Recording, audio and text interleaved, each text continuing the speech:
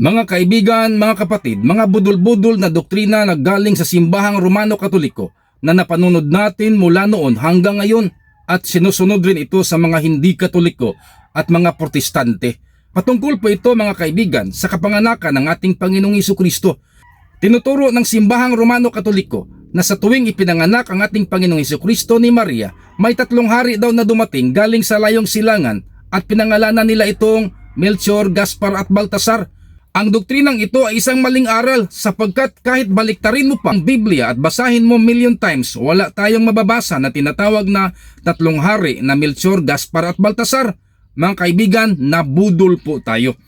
Sapagkat ang mga Magi na mababasa sa Matthew Kapitulo 2 ay huli na nilang natagpuan ang ating Panginoong Hesukristo, hindi sa sabsaban ng hayop, kundi sa loob ng bahay.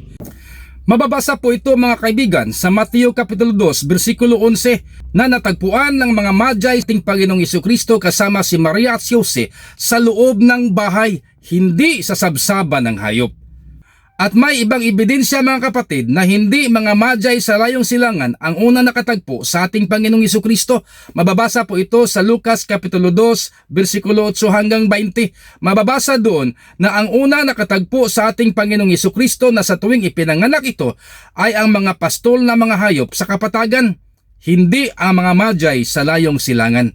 Mababasa po ito sa Lucas Kapitulo 2 versikulo 8 hanggang 20. At ang imahe o mga ribulto sa tinatawag na bilin kasama ang tinatawag na Melchor, Gaspar at Baltasar sa simbahang Romano-Katoliko, ito po ay isang uri ng idolatry.